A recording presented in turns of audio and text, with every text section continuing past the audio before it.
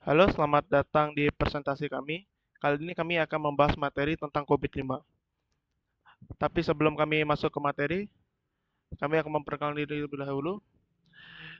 Saya Kristan Eza Primayuda dan ada rekan saya bernama Nik Adek Emi Aryani. Tanpa berlama lagi, kita akan segera masuk ke materi. Pokok pembahasan materi COVID-5 ini ada 4, yaitu pengertian COVID-5, sejarah COVID-5, prinsip dari COVID-5, dan domain yang terdapat pada COVID-5. Kita akan masuk ke pengertian COVID-5. Secara umum, COVID atau Control Objective for Information and Relay Technology adalah sebuah framework atau kerangka kerja yang memberikan layanan kepada enterprise, baik itu sebuah perusahaan, organisasi, maupun pemerintahan dalam mengelola dan memanajemen aset atau sumber daya IT untuk mencapai tujuan dari enterprise tersebut. COVID-5 adalah versi COVID yang diluncurkan pada tahun 2012. Dan kemudian kita akan membahas tentang sejarah COVID. COVID diluncurkan pertama kali pada tahun 1996 oleh ISACA atau Information System Audit and Control Association dan dikenal dengan COVID 1.0 yang berfokus pada bidang audit. Pada tahun 1998, ISACA meluncurkan COVID 2.0 yang mengcover pada pengendalian audit. Pada tahun 2000, COVID 3 diluncurkan dan kemudian COVID 4 dan 4.1 diluncurkan pada tahun 2005 untuk COVID 4 dan COVID 4.1 pada tahun 2007 yang lebih mengarah pada tata kelola teknologi informasi dan cyber security. Pada tahun 2012, COVID 5 diluncurkan yang berfokus menyediakan alat-alat dan tujuan yang objektif yang dapat diaplikasikan kepada semua operasional IT perusahaan. COVID 5 memperluas COVID 4.1 dengan mengintegrasikan standar yang terkait dari ISO termasuk IT Infrastructure Library atau ITIL. Pada tahun 2019 diumumkan versi terkini dari COVID yaitu ISACA yaitu COVID 2019. Versi COVID ini lebih umum dan fleksibel yang dapat digunakan oleh semua perusahaan terlepas dari ukuran perusahaan atau tujuan perusahaan ke depannya. Selanjutnya kita akan membahas prinsip pada COVID-5.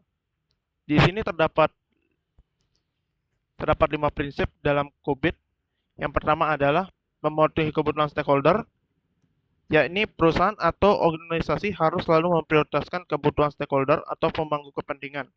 Karena tujuan perusahaan baru bisa berhasil apabila semua kebutuhan dari stakeholder atau pemangku kepentingan sudah terpenuhi. Yang kedua adalah mencakup seluruh perusahaan. COVID merupakan kerangka kerja yang dapat diterapkan ke seluruh bagian perusahaan untuk memaksimalkan value-nya bagi perusahaan. Kerangka kerja tersebut mengambil tata kelola dan manajemen risiko perusahaan secara keseluruhan, bukan hanya berfokus pada IT-nya saja. Yang ketiga adalah menciptakan framework yang terintegrasi. COVID adalah kerangka kerja terintegrasi yang mencakup semua divisi karyawan dan tim dalam perusahaan. COVID menggabungkan kebutuhan dan proses organisasi dan manajemen IT dengan tata kelola perusahaan. Framework yang terintegrasi ini membantu mengidentifikasi potensi ancaman terhadap perusahaan dan meningkatkan proses agar kegiatan operasional dapat berjalan dengan lebih efisien. Dan yang keempat adalah memisahkan tata kelola dari manajemen. COVID memberikan pemisahan yang jelas antara manajemen dan tata kelola atau governance. Kedua hal ini meliputi aktivitas yang berbeda, membutuhkan struktur organisasi yang berbeda, dan melayani tujuan yang berbeda. Dan yang terakhir adalah menciptakan pendekatan holistik. Tata kelola dan manajemen IT perusahaan yang efektif dan efisien membutuhkan pendekatan yang bersifat menyeluruh, yaitu mempertimbangkan komponen-komponen yang saling berinteraksi.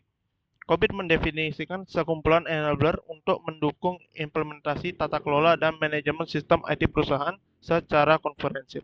Selanjutnya, kita akan membahas mengenai domain COVID-5. Domain kerja pada COVID-5 berfokus pada dua area utama, yaitu area governance atau tata kelola dan area manajemen atau bisnis. Pada area governance, hanya ada satu domain, yaitu domain EDM, yaitu Evaluate, Direct, and Monitor. Sementara pada area manajemen ada 4 domain, yaitu APO, Alike, Plan, and Organize. BAI, Build, Accurate, and Implement. DSS yaitu Deliver, Service, and Support. Dan terakhir yaitu MEA, Monitor, Evaluate, and Assess. Kita masuk ke domain yang pertama, yaitu domain ADM, yaitu Evaluate, Direct, and Monitor. ADM merupakan domain yang memiliki fokus pada tujuan stakeholder untuk melakukan proses penilaian dan pengoptimalisasian risiko dan sumber daya. Domain ini meliputi praktik serta kegiatan untuk tujuan agar evaluasi berhasil dilakukan dengan tepat dan strategi serta mengarahkan kepada tim IT. ADM memiliki 5 subdomain sebagai berikut. ADM 001 berfungsi untuk memastikan pengaturan kerangka kerja tata kelola dan pemeliharaan. ADM 002 memastikan penyimpanan manfaat. ADM 003 memastikan optimasi risiko. ADM 004 memastikan optimasi sumber daya. Dan yang terakhir yaitu ADM 005 memastikan transparansi stakeholder. Yang kedua yaitu domain APO, Alike, Plan, and Organize. APO sendiri bertujuan untuk memberikan arahan serta solusi bagi domain BAI dan penyediaan layanan dan dukungan pada domain DSS. Domain APO mencakup pengambilan strategi serta identifikasi risiko. Domain ini memiliki 13 subdomain yang dimulai dari APO 01 dan APO 13, di mana APO 01 berfungsi sebagai pengelola kerangka kerja manajemen TI, APO 02 berfungsi sebagai pengelola strategi, APO 03 berfungsi sebagai pengelola enterprise arsitektur, APO 04 berfungsi sebagai pengelola inovasi, APO 05 berfungsi sebagai pengelola portofolio, APO 06 berfungsi sebagai pengelola anggaran dan biaya, APO 07 berfungsi sebagai pengelola sumber daya, APO 08 sebagai pengelola hubungan, APO 09 berfungsi sebagai pengelola perjanjian layanan, APO 10 sebagai pengelola pemasok, APO 11 sebagai pengelola kualitas, APO 12 sebagai pengelola risiko, dan terakhir APO 13 sebagai pengelola keamanan. Domain yang ketiga yaitu domain DSS, Deliver, Service, and Support. Domain ini meliputi bidang kinerja aplikasi pada sistem TI sehingga proses yang dijalankan bisa berjalan secara efektif dan efisien. Domain DSS ini memiliki 6 subdomain sebagai berikut. DSS 01 sebagai pengelola operasi, DSS 02 sebagai pengelola layanan permintaan dan insiden, DSS 03 sebagai pengelola masalah, DSS 04 sebagai pengelola keberlangsungan, DSS 05 sebagai pengelola pengendalian proses biaya, dan terakhir DSS 06 sebagai pengelola pengendalian proses bisnis.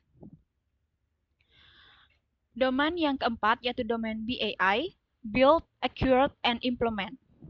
Domain ini memiliki fokus pada pembangunan teknologi informasi dan pada keselarasan terhadap kebutuhan stakeholder, serta untuk tujuan memenuhi arahan target proses bisnis suatu perusahaan.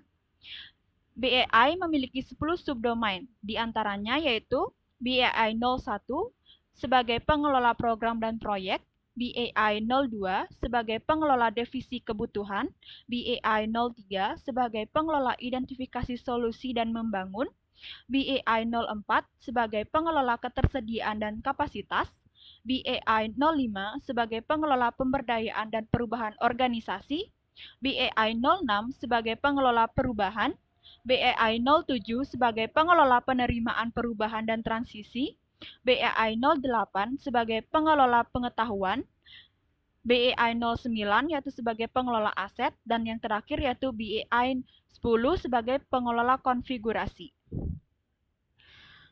Domain yang terakhir yaitu MEI, yaitu Monitor, Evaluate, and Assess. MEI merupakan domain yang berfokus pada area manajemen dan proses pengawasan bagaimana teknologi informasi dikelola pada perusahaan atau organisasi. Domain ini bertujuan memastikan agar desain dan kontrol patuh terhadap regulasi, serta juga melakukan monitor yang berhubungan dengan proses penilaian secara independen untuk efektivitas suatu TI. MII memiliki 3 subdomain, yaitu MII 01 yang berfungsi sebagai monitor, evaluasi, dan penilaian kinerja serta kesesuaian. MII 02 sebagai monitor, mengevaluasi dan menilai sistem pengendalian internal. Dan yang terakhir yaitu MII 03 sebagai pengevaluasi dan menilai kepatuhan dengan eksternal. Sekian materi COVID-5 yang kami sampaikan. Mohon maaf jika ada kesalahan yang disengaja maupun yang tidak disengaja. Kami tutup dengan terima kasih.